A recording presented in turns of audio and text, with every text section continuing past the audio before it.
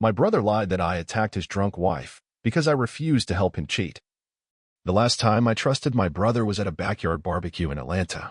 July heat, cheap beer, kids in the inflatable pool, country music blasting from a rusty speaker. Derek, my older brother by 2 years, was flipping burgers and grinning like he owned the damn world. And why wouldn't he? He had the house, the family, the pretty wife with the southern accent everyone adored. Jenna. God, she deserved better. We were standing by the grill when he leaned in close and dropped his voice. Hey, Logan. I need a favor. I took a sip of my beer. His tone already smelled like trouble. What kind of favor? He glanced around, made sure Jenna was inside, then pulled out his phone. Scrolled through something. Turned the screen toward me. A text thread. Explicit. NSFW levels of inappropriate. Not from Jenna. Derek. What the hell? He smirked. Her name's Chloe. Works with me. We've been talking for a few months. Might hang out this weekend. I stared at him. You're married. He shrugged. Yeah, but not dead. Before we go further, don't forget to like this story, hit subscribe, and tap the bell so you don't miss what happens next. I wanted to throw my drink in his face. Instead, I said, so what's the favor? He leaned in even closer, dropped his voice to a whisper. If Jenna asks, say I was with you Saturday night. Just cover me, bro. It's nothing. I stepped back like he slapped me. You're serious? He raised an eyebrow. You're my brother. Come on. It's one lie. I shook my head. No way. I'm not doing that. He scoffed. Dude, it's not a big deal. Jenna's not gonna find out I said no. That shut him up. For a second. Then his face shifted. From smug to cold. Like a switch flipped. You always thought you were better than me, he muttered. Always playing the moral card. I didn't respond. I just turned and walked away. That should have been the end of it. But Derek never knew how to let things go. 2 days later, everything exploded. I woke up to 42 missed calls. Texts. Voicemails. All from family. My stomach dropped. I opened the first voicemail from my mom. Logan, what the hell is wrong with you? How could you do that to Jenna? You're not welcome in this family anymore. What? I checked the texts. My cousin. Dude, please tell me this isn't true. My uncle. If I ever see you near Jenna again, I'll break your face. I felt like I was spinning. Then I got the one that made my blood run cold. From Jenna. One sentence. I trusted you. I called her. Straight to voicemail. I called mom. Voicemail. I called Derek. He picked up.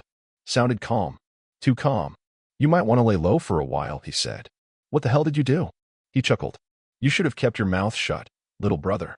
You told people I what? You know, took advantage. While she was drunk. Said something nasty. Got handsy. Whatever story you want. I couldn't breathe.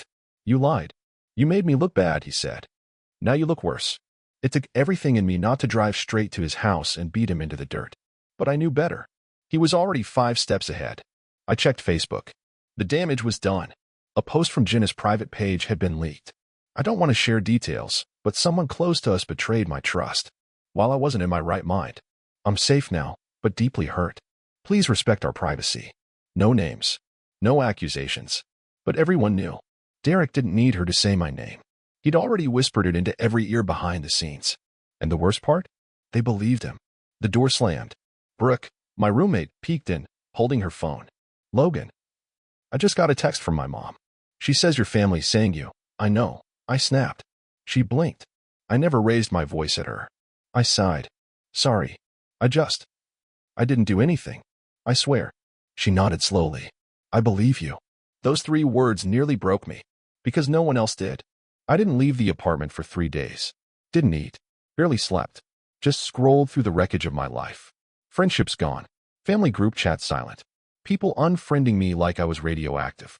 Then I remembered something. Derek had shown me that text thread. On his phone. Which meant he kept evidence. Proof he was cheating. Proof I said no. Proof he started this war. And if he thought I was going to roll over and die quietly, he picked the wrong damn brother. You ever felt like someone set fire to your life while you were asleep? That was me. Family gone. Reputation ruined. Future uncertain. All because I told the truth and didn't cover for a liar. Derek didn't just burn bridges. He napalmed them. But I wasn't going to sit in the ashes.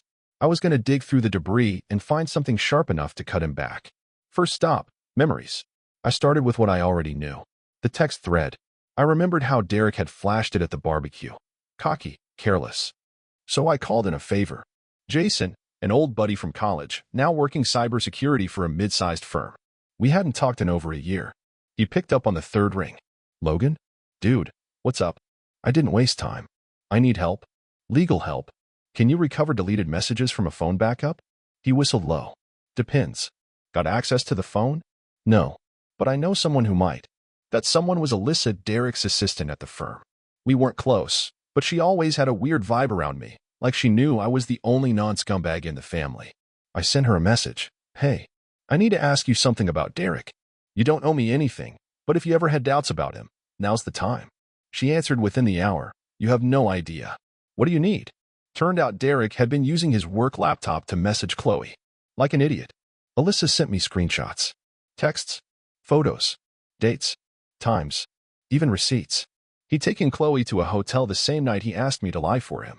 Same night he claimed I'd hurt Jenna. Same night his alibi fell apart. I sent it all to Jason, who packaged it into a beautiful, time-stamped, forensically sound PDF. Titled, Derek, The Truth.Doc's Next Step? Jenna. She deserved the truth. Even if it hurt. Even if she hated me more for it. I waited until I knew Derek was out of town for a conference, aka hooking up with Chloe in Miami, and I pulled into their driveway just after sunset. Jenna opened the door with her arms folded, hair tied up, eyes puffy, no smile. I shouldn't be talking to you, she said. I know, I replied, but you need to see this. I handed her the flash drive. She stared at it like it might explode. What is it? Proof, I said, of what really happened, of what Derek did, of how he used you. She didn't move, didn't blink. You have 5 seconds to close the door and forget I was here, I said. Or you can plug that in and finally get answers. She didn't slam the door, didn't throw the drive. She just stepped back. Leave it on the table, she said, and go. I did. Didn't say another word. Walked back to my car and drove home. Heart pounding like a damn drum solo in my chest. I didn't hear anything for 3 days. Then my phone buzzed. Blocked number. I picked up. Her voice was quiet. Shaky. Logan, I'm sorry. My throat tightened. You don't have to. No, she said. I believed him. I thought you. And he made me feel crazy for doubting him. But now I know. Silence. Then rage. Raw. Deep. Controlled. But ice cold. He's dead to me. Next day, Jenna posted. On her timeline. Public. No more vague whispers. Full statement. Photos. Receipts. Proof. I was manipulated. Lied to. Gaslit by my husband and betrayed by my family. Logan did nothing wrong. He tried to protect me. I let others paint him as a monster. I was wrong. This is the truth. It went viral in our circle within hours. Derek's name, sludge in every mouth. People who had blocked me started crawling back into my DMs. Logan, man. I didn't know. I'm sorry. Holy hell. What a snake. You good? Was I good? No. But I was getting there. Then I got the call. From Derek. Blocked number. Classic. Nice little stunt, he growled. Truth hurts? I said. You think this is over? I think you finally ran out of lies. He laughed. Ugly. Mean. You always thought you were smarter. Better. I just wasn't a predator. Long pause. Then, you made a mistake coming after me. Click. I sat there, staring at the screen, breathing slow. My hand shook, not from fear. From adrenaline. Because I knew Derek. And he wasn't done. He would crawl back with charm. Or fire. Or blackmail. He wouldn't go down easy. But now, I had people on my side. Jenna, Brooke, hell, even Alyssa. He tried to bury me. But he didn't know I was the one holding the shovel now. The fallout from Jenna's post hit like a nuke. 3 days after it went up, Derek deleted his Facebook. The guy who used to post gym selfies and steak dinners like he was running for reality TV? Gone. Radio silent. Which meant one thing, he was cooking something. Derek never disappeared unless he was prepping a performance. It came 2 weeks later. A barbecue. Of course. Family barbecue. Open invite. Let's reconnect. Hosted by our aunt, Karen, the ultimate fence sitter. She DM'd me. Derek asked me to host something. He says he wants to make peace. Maybe you two can talk? I didn't reply. But I did show up. Because I knew this wasn't about peace. It was a stage. And Derek was crawling back into the spotlight. I pulled into the driveway to see him already shaking hands with cousins, kissing babies, passing around beers like nothing happened. Derek was a lot of things. Liar, manipulator, egomaniac. But you had to hand it to him. He was a hell of a showman. He spotted me from across the yard, grinned like a game show host, and raised his arms. Logan. My brother. I didn't move. Didn't smile. just stared. He walked over, arms still wide, like he thought we were about to hug it out. You look good, man. Better than last time I saw you, when you were trying to destroy my life. I smirked. You did that on your own. Water under the bridge, he said, voice low. Family's family, right? I stepped closer. Say one more fake thing in my direction, and I swear to God, I'll make your next apology post go viral. He held a smile. But his eyes? Cold. You think you won? He hissed. No. I whispered back. I think you lost. And you still can't accept it. After that, I kept my distance. Grabbed a soda. Talked to a few relatives. Watched Derek play his greatest hits, pretending nothing had ever happened. Until I overheard it. My aunt, whispering to another cousin. He says Jen is lying. Said she's unstable. That she's been drinking, maybe using pills. That she fabricated those texts. And just like that, I saw his plan. He couldn't attack me anymore. Too many eyes on him. So now he was going after her. I left the barbecue without another word. Called Jenna from the car. You're not gonna like this, I said. She didn't even hesitate. He's saying I made it all up, isn't he? That, and that you're drinking again. Pills too. Silence. Then she exhaled, slow and steady. I'm not surprised. I just hoped he'd wait longer before starting round 2. We met that night at a diner on the east side. Cheap coffee. Plastic booths. Jenna looked tired, but not broken. I should have seen this coming, she muttered. He always flips it. Always makes himself the victim. I nodded. I'm sorry. She looked up at me. Don't be. You warned me. I just wasn't ready to hear it. We sat in silence for a moment. Then she said the thing I didn't expect. He messaged my job. Said he was concerned about my mental health. Tried to get HR involved. Said I was a risk. I felt the rage crawl up my throat. You serious? She nodded. He's trying to ruin me. And I realized this wasn't about saving his reputation. This was a scorched earth campaign. If he couldn't be clean, he'd drag everyone into the mud. That night, I did something I didn't think I'd do again. I opened my old family group chat. It was mostly dead since Jenna's post.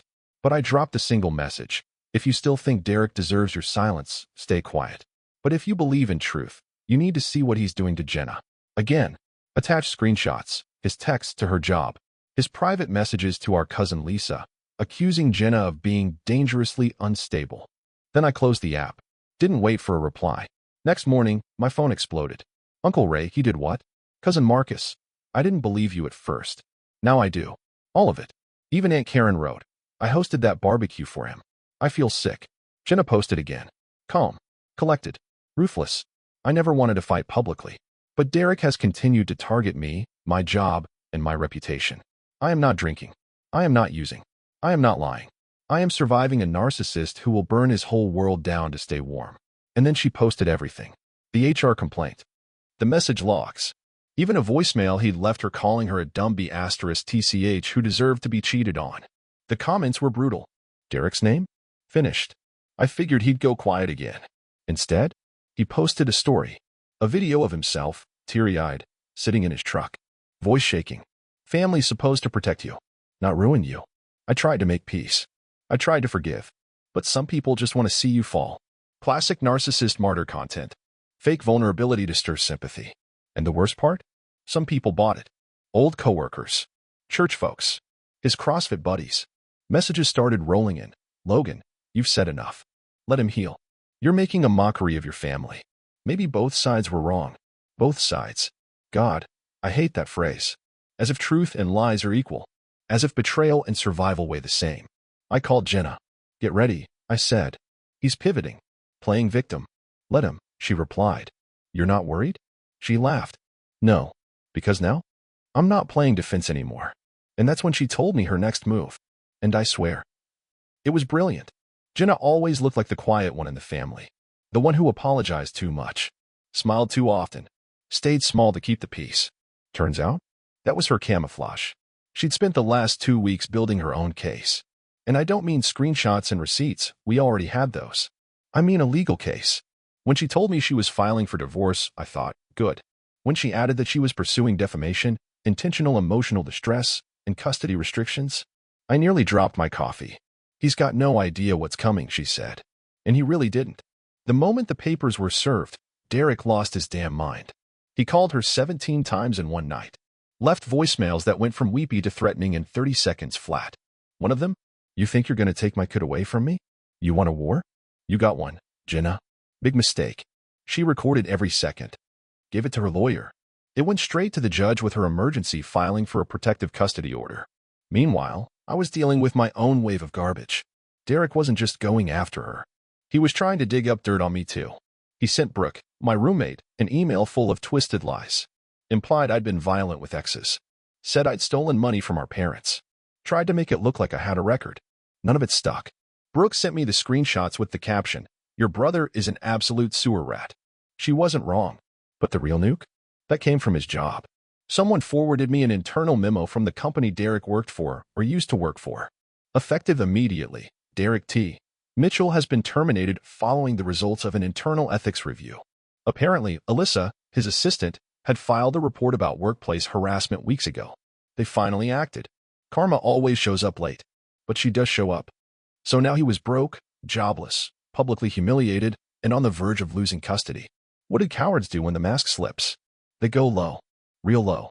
He showed up at my apartment, unannounced. I opened the door and saw him standing there, unshaven, sweaty, eyes bloodshot. He looked like a man unraveling. "What the hell are you doing here?" I asked, already dialing 911 in my mind. He raised both hands. "Chill. I just want to talk." I didn't move. "You have 30 seconds. His lips curled into that familiar fake smile. "You're doing great, huh? Playing the hero. Everyone loves Logan now." I said nothing. He stepped closer. "But I've still got cards, little brother. You think I don't have dirt on you?"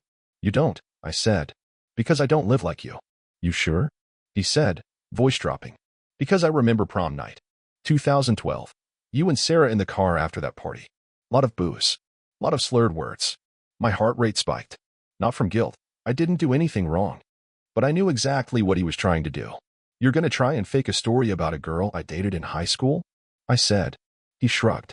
"People believe what they're told enough times. Especially if they already think you're capable." "You mean like you told them I hurt your wife?" He smirked. "Exactly." That's when I stepped outside.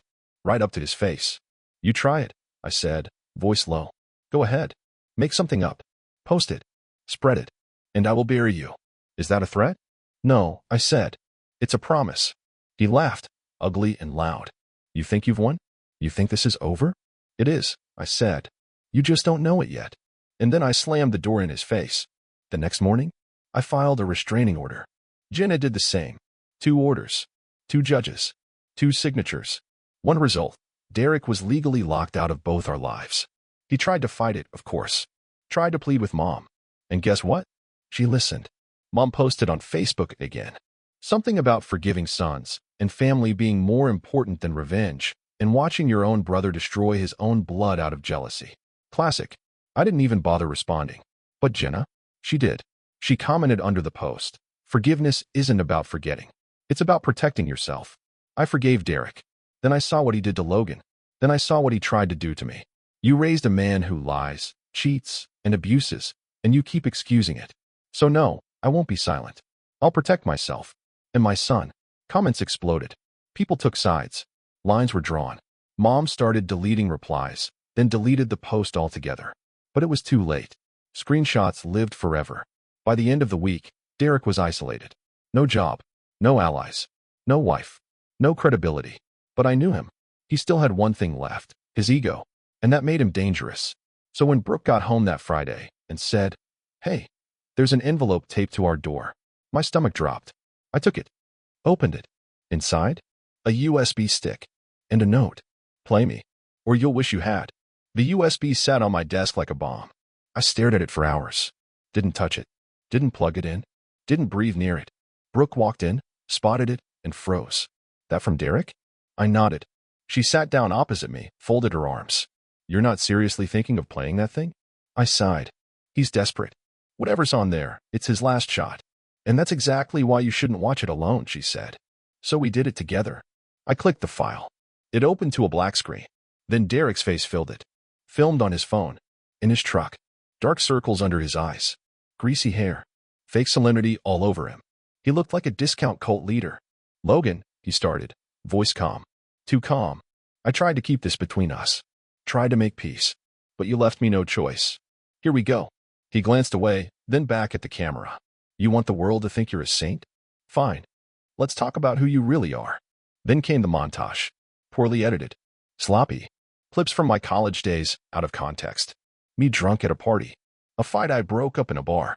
A voicemail I left an ex, emotional and rambling after she ghosted me. He'd clearly gone digging. Hard. Over it all, his voice narrated like he was hosting a damn documentary. This is the guy who says I'm toxic? The guy who screamed at a girl for not texting back? This is who Jenna left me for? This is the man my own family sided with? I paused the video. Turned to Brooke. This is his Hail Mary? She snorted. He just made a cringe compilation and thinks he's Julian Assange. I hit play again. At the end, Derek looked directly into the lens. Voice cold. If you don't walk away from Jenna, if you don't retract every lie, I'm sending this to every employer you've ever had. Every girl you've ever dated. Every friend you've ever known. He leaned in. Your choice. Then the screen went black. I sat still. Breathing slow. Heart steady. You good? Brooke asked. I nodded. Yeah. Because he just gave me exactly what I needed. I sent the video to Jenna. To Alyssa. To Jason, my tech guy. And to a journalist friend I knew from a local indie outlet who loved taking down frauds. By Monday, the video was everywhere. Not the whole thing. Just the best part. The ending. The threat. The smug blackmail. The part where Derek Mitchell looked into a camera and said, retract the lies or I'll ruin you. The article dropped the next morning. The Brotherhood lie. How a Georgia man tried to blackmail his own brother and gaslight his wife to save his ego screenshots. Evidence. Timeline. Even anonymous quotes from former coworkers, calling Derek aggressive, sexist, and psychologically unsafe. The fire caught fast. Derek tried to deny it. Tried to say it was edited. Tried to say it was all revenge. Nobody cared. By Friday, he was a meme. One with the caption, if gaslighting was a person. Mom tried to play neutral again. Posted one of her classics, my heart breaks for both my sons. I hope the internet remembers they're both human. Yeah, Mom. Some of us are just a little more human than others. Then came the part one didn't expect. Jenna texted me one night. You okay? I responded, getting there. She replied, he sent me a letter. Said I ruined his life. I didn't respond right away. Then finally, he ruined his own life. We just stopped helping him lie about it. A week later, I got a handwritten envelope in the mail. From Derek.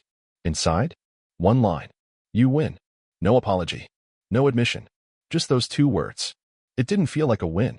Not at first. Just felt empty. Like watching a dying star blink out.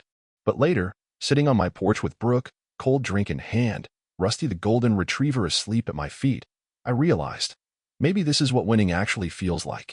Quiet. Stable. Safe. No chaos. No lies. No games. Just peace. Derek didn't reach out again. His accounts stayed deactivated. His number disconnected. Mom kept posting vague nonsense.